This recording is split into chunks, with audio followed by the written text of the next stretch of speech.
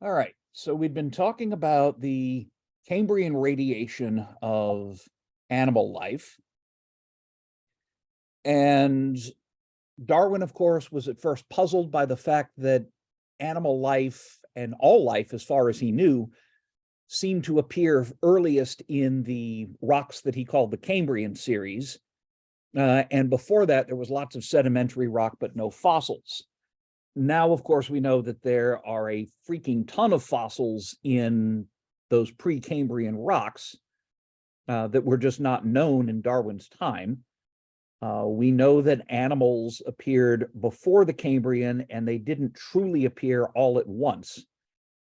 If you take the radiation of animal phyla to include the Ediacaran, which I think we should, then the Cambrian explosion actually took over 100 million years. So it's a time of great innovation. It's a time when lineages are moving into new niches that were not colonized before, but it's certainly not instantaneous. And in fact, with Cambrian ecology becoming more complicated, one idea is this produces a kind of evolutionary feedback. So before the Cambrian, you don't have deep burrowers. Now you do. That sets up selective pressure for better burrowing. That might set up selective pressure for organisms that colonize other organisms' burrows, which you get in the ocean today. That sets up maybe selective pressure for deeper diggers to prey on the burrowers, and so on. Every organism that colonizes new ecospace creates the possibility of selective pressure for more types of organisms to compete for or otherwise take advantage of that ecospace. And something I'll get back to is this idea of ecological niche construction. Niches don't just exist like empty shelves waiting for something to fill them. Organisms create ecological niches through their own evolution and through their coevolution of them with all the other species that they interact with. So we certainly get a lot of new niche space in the Cambrian. With mineralized skeletons, there may have been an arms race involved. Prey organisms developing armor creates selective pressure for predators developing harder, crunchy parts that can break through the armor. That creates selective pressure for even harder armor on the prey, which creates selective pressure for even tougher armor-piercing skeletons in the predators, and so on. So you get this evolutionary arms race in skeletons. There's some evidence for some changes in seawater chemistry that favored precipitation of calcium carbonate. My personal take is that basically everything happened all at once, that we had a sort of perfect storm, if you like. Moving on to after the Cambrian, I'll introduce Jack Sepkoski, whom I got to meet a couple of times in my youth. Pioneer in database research. These days, there are lots of very, very large computer databases available with lots of data for you to play with. Sepkoski at the University of Chicago in the 1970s was really one of the first to try to build a database that would cover the entire animal fossil record. And he assembled this compilation of all known families of marine organisms and the time periods in which they lived. And so what he developed and what he continued to refine up until his death was a database of marine animal families. Now, if you think about it, he could have done a database of all marine animal species. The problem is that, remember, with the incompleteness of the fossil record, we only have the tiniest sampling of all of the species that were out there. We have something like what did I say, 3/10 of, or 0.03% of all known species. But most species are grouped in genera. So each genus will have multiple species, and each family contains multiple genera. So the idea is that if you count the number of families, a typical family might contain, let's say, 50 species. 49 of them could be extinct and not known in the fossil record. So you'd only have 2% of the species in the family, and yet that's still enough to establish that that family was there. So the idea of sampling on the family level is it actually gives you a better sense of what's going on than if you tried to count individual species. And this is what he got. You can see one curve published in 82 in dashed, and the solid is after 10 years of revisions and new discoveries is what the curve looked like in 92, and the shape does not significantly change. And what you see is there's a rise in biodiversity from the Ediacaran, which in this paper is called V because an alternate name for it at one time was the Vendian, never mind why. And we can get this exponential rise through the Cambrian. In the later Cambrian, it drops down a little bit, but we get another very rapid rise in the next time period called the Ordovician, 485 million years ago to 444. So we actually get this double pulse of diversification. The Cambrian is where it takes off. Later Cambrian, we actually lose some of that diversity, and then we get a second round of diversification in the Ordovician. By the way, the Ordovician was the age of the oldest rocks that we looked at on the field trip at Allison and Gunner Pool and the stromatolites towards the Buffalo. All of those rocks at our early stops were Ordovician in age. In fact, the oldest rocks in Arkansas are Ordovician. The oldest sedimentary rocks in all of the Ozarks are Ordovician, I believe. There's a lot of Ordovician age rocks in North America. Cincinnati is famous for them. So this is actually a very rich fossil record that we know about. And from the Ordovician on, marine biodiversity stays more or less on a plateau until a spectacular crash 250 million years ago at the end of a time period called the Permian. The Permian extinction offs something like 99% of all animal species, but only about half the families, as you see. It was the worst mass extinction Earth has ever gone through so far. And then after the Permian, it rises pretty much all the way to the present. And it does seem like this is capturing something real.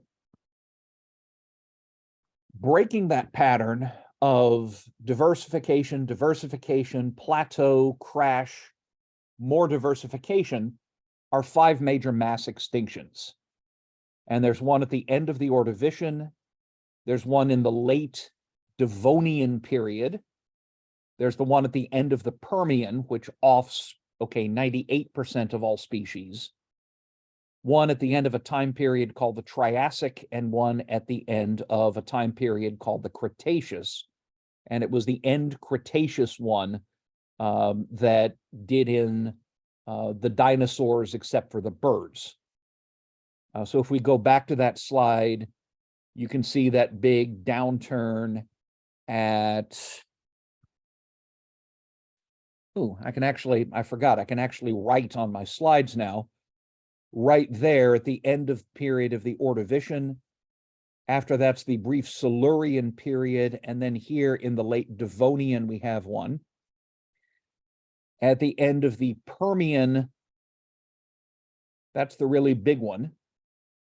There's a smaller one at the end of the Triassic, and then the one that off the dinos is right there. And as soon as we get back from break, I'll be giving you guys a time scale that will have the names of these periods and the dates that I would expect you to know.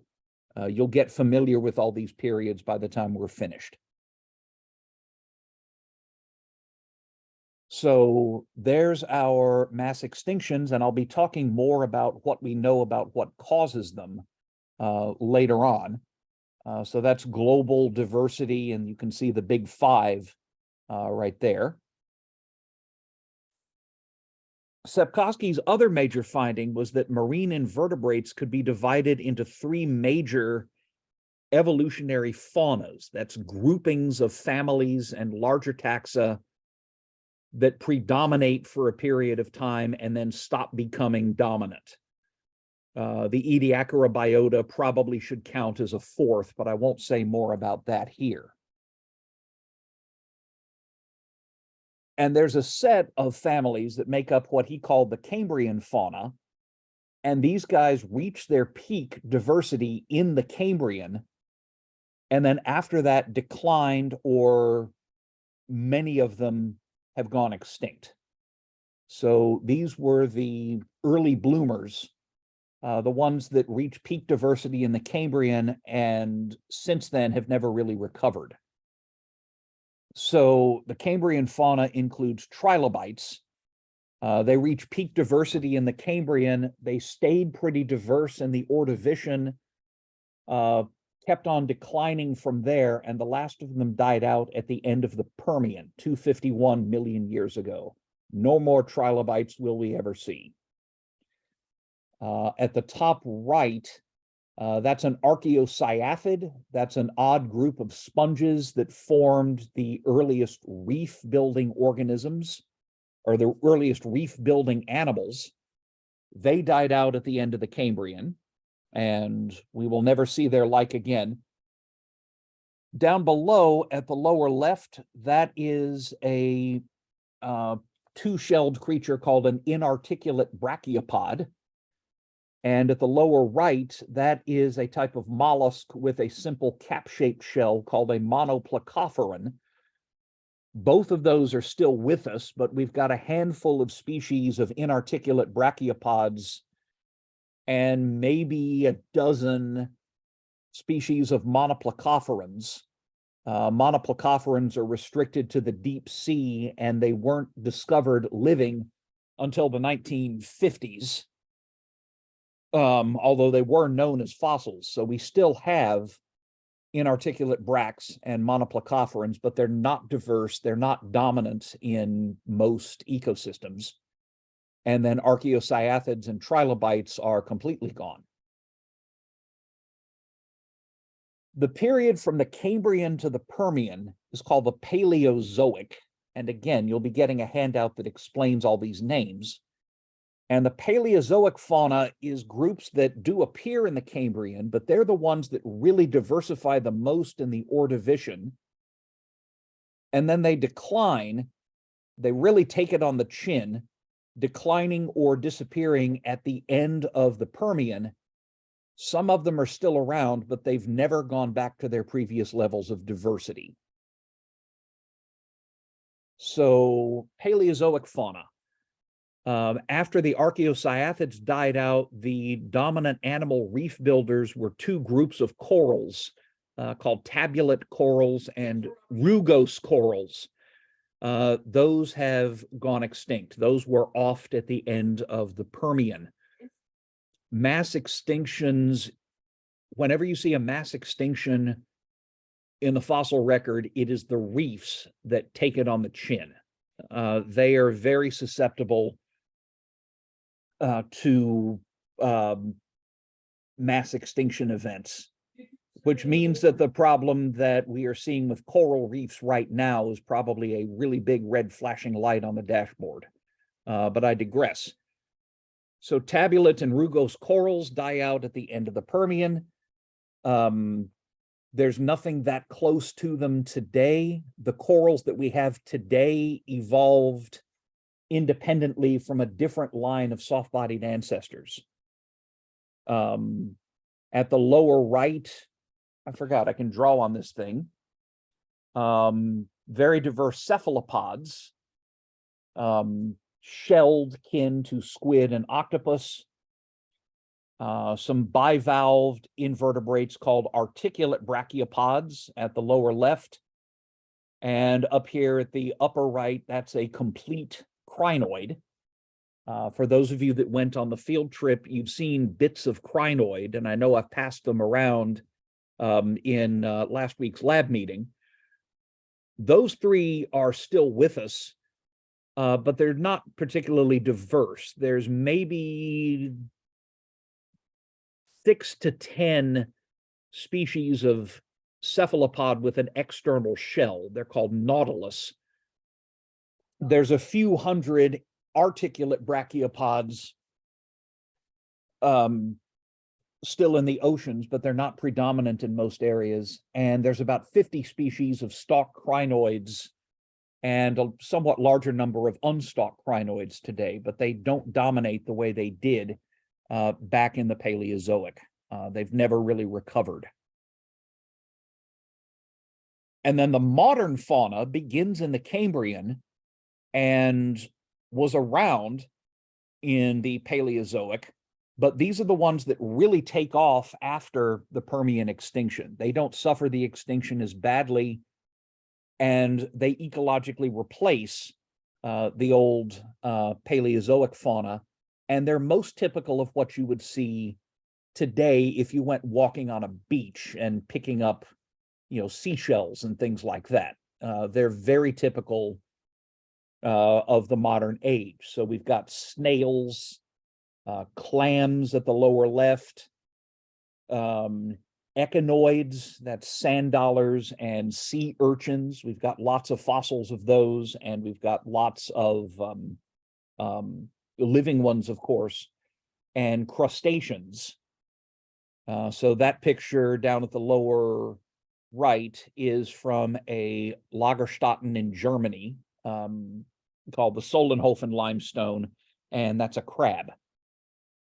Looks a little funny because the abdomen is folded out, whereas crabs usually keep that tucked up under the carapace. But it is in fact a crab, and it's not grossly different from modern day crabs. So all of these are things you could find walking on your typical Florida beach. Bony fish and sharks, marine reptiles, and mammals also go in the modern fauna. So why does diversity go shooting up in the Ordovician? If you look at a number of phyla, let's look at, these are echinoderms. Modern day echinoderms are starfish, sand dollars, sea urchins, things like that. And they've all got this skeleton made up of mineralized plates that typically butt up next to each other. Almost all modern day echinoderms have 5-part symmetry. Typical starfish looks like a star. It's got 5 arms radiating around a central mouth. Typical sand dollar is going to have 5 petals, 5 ambulacra radiating out from the center. We've got that 5-part symmetry. Cambrian echinoderms did not look anything like that. Down below is an odd critter called an eocrinoid, which has kind of a sac-like body covered in plates, but it doesn't have a true stalk the way that true crinoids do, and the arms have these neat little spirals. Up at the top is a Cambrian echinoderm called a helicoplacoid, which, imagine you have one of those Nerf footballs that has the spiral on it, which enables you to throw a better pass. I don't know if any of you ever played with those, but it would have been shaped like a football with spirals spiraling around it from the back end to the front end. And those spirals are covered in bony plates. That's what a helicoplacoid look like. And these things are weird. Those do not look like any modern day echinoderm. Neither of these two have that 5-part symmetry that's so typical. And there were a lot of early echinoderms that didn't have that 5-part symmetry. They had asymmetrical or just otherwise funny looking bodies. Only in the Ordovician do we start getting echinoderms in the classes that are still around today. So there's another stalk crinoid for you. On the upper right, that's an early starfish. Down at the lower right, it's not quite as photogenic as the starfish, but those are plates of one of the earliest sea urchins around, and those are all Ordovician. And thinking about this always reminds me, I'm not sure how far you can really take the metaphor, but I'm old enough to remember the earliest personal computers.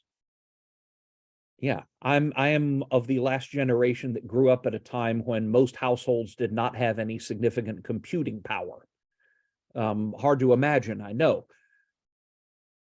And in the early days of home computing, there were a ton of different systems that were all jockeying for market share, and none of them were compatible with any of the others. I had a TRS-80 Model 3. I knew somebody with a TRS-80 color computer, which could not necessarily run programs written for the TRS-80 Model 3. There was the PET. There was the Commodore VIC-20. There was Texas Instruments had a whole line. There was for the really cheapskates, the Timex Sinclair with a whopping 4K of memory could be had for just $99.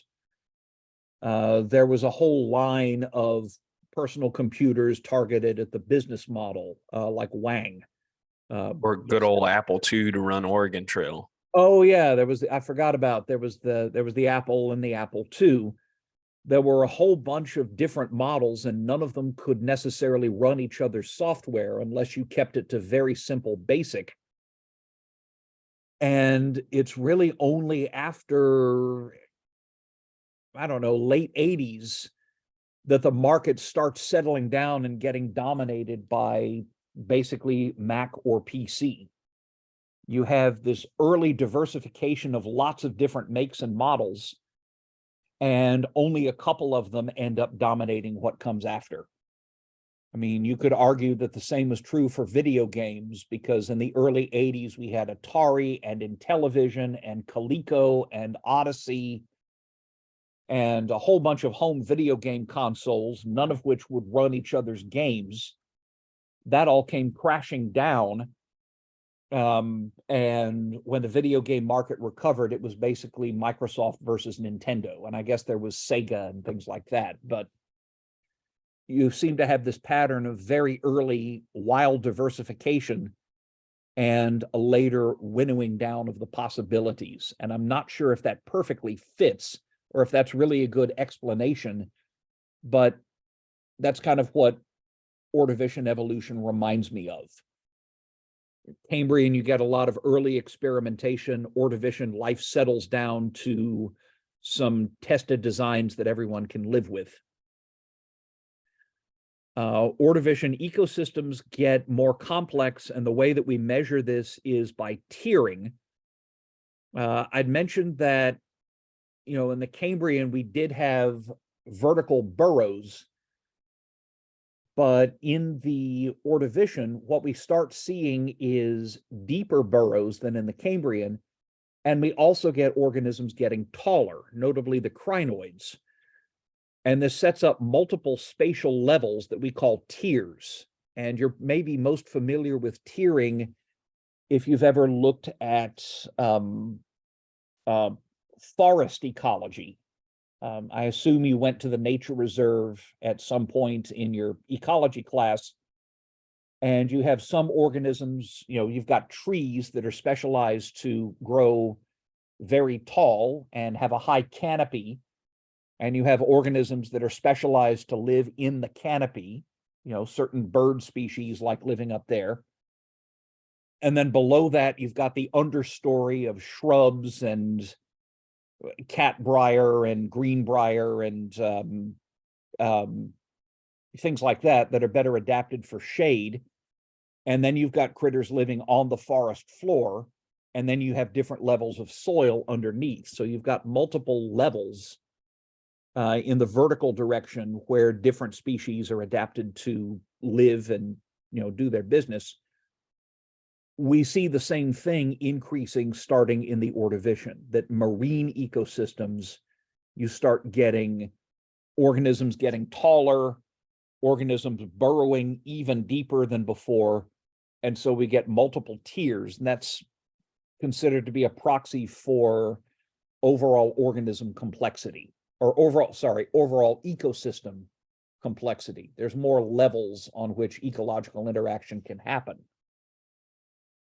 And back in the 80s, a fellow named Richard Bombach, who I've met a couple of times, wrote a pivotal paper called Seafood Through Time. If you look, these are from his paper, and if you look up at the top where it says Cambrian fauna, what he's done is created this grid. This grid shows different ecological niches that were filled at the time. So we have, for example, up at the top, pelagic means organisms that live high up in the water column, floating or swimming. And they can be either suspension feeders, which basically means they're filter feeders, algae grazers, or carnivores. Down below that, you have a set of boxes labeled epifauna, which means they live on top of the bottom of the ocean, and they can be mobile, attached, erect, or reclining, and feed by suspension. Deposit, which means they're eating dirt, or herbivores or carnivores. I won't read the whole thing, but you see we have these grids that have names in them for the Cambrian fauna. And below, you've got the same set of grids, and you will notice there are a lot more names in the boxes. And a lot more of the boxes are now filled. So each one of those boxes is a possible niche in marine ecosystems. And you'll notice that a lot of potential niches weren't filled in the Cambrian, and they're definitely filled by the time you get to the Ordovician and the aftermath, the middle and upper Paleozoic. So lots more niche space, lots more niches have been created. Just for eye candy, Cambrian ecosystems didn't have many actively swimming carnivores. These critters that we mentioned on Wednesday, anomalocarids, were one of the few. These things could get up to 1 meter long and possibly twice that, with the eyes and the mouth made of crushing plates and the grasping appendages for no doubt picking up and crushing helpless trilobites. By the end of the Ordovician, we still have a few anomalocarids. They're not extinct yet, but they're having to share the roost with big shelled cephalopods, those squid relatives with external shells, some of which, I don't know if this was true in the Ordovician, but at least afterwards, some of those shelled squids got up to 9 feet long. You get sea scorpions, a group called the Eurypterids, which could swim. They've got paddle-like appendages and also grasping claws. And the biggest ones of those also got up to 9 feet. So yeah, 9 feet scorpions crawling around in the oceans. And a bit after the Ordovician, we start getting jawed fish. Like Dunkleosteus is an early jawed fish that had armor plates on its head. So the skull didn't truly have teeth. The plates that covered its jaw had sharp edges that slid back and forth against each other and kept each other sharp, like a pair of self-sharpening scissors. It was really pretty damn horrifying. So there's lots more fast attack swimming predators by the end of the Ordovician and going on into the Paleozoic. There were very few of those in the Cambrian, although we can't say there weren't any. So there's a pretty typical Ordovician scene. If you look over here, this is one of these straight-shelled squid, and the actual shell would have gone way off the slide. With its tentacles, it's grasping a helpless isotellus trilobite right here. Right here, we've got another couple of shelled squid that are swimming by. Down here on the bottom of the ocean floor, that's a brachiopod. That's a brachiopod. These ice cream cone shaped critters over here, those are rugose corals. And way back here, we've got a crinoid, and there's another one off in the distance. And we've got some seaweeds and sponges growing here as well. This is pretty much the view from downtown Cincinnati, roughly, call it about 450-ish million years ago. Arkansas, parts of it might have looked like this, but again, we have a lot of extremely shallow, probably periodically evaporating, warm, shallow, saline lagoons in Arkansas. So we get stromatolites, but except for a few places in Ordovician rocks in Arkansas, we really don't have this kind of rich fossil record. You know, we still had stromatolites in the Ordovician. We're the last in the country to get everything, okay? Right? Yeah, we were the last in the country to get Ordovician faunas and yeah, okay. Sorry, kind of fatuous joke at my home state's expense that perhaps I shouldn't make.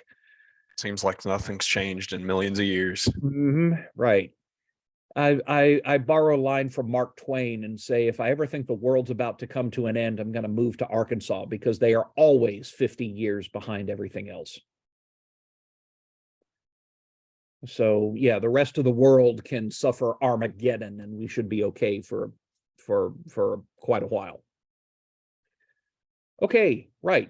That's actually a good stopping point because what I wanted to move on from there with was talking about evolution of land life. And I could get about 10 minutes into it, or I could just pick up land life when we get back from break. So I think what I'm going to do is go ahead and try to summon up that menu. There we go. And stop the recording here.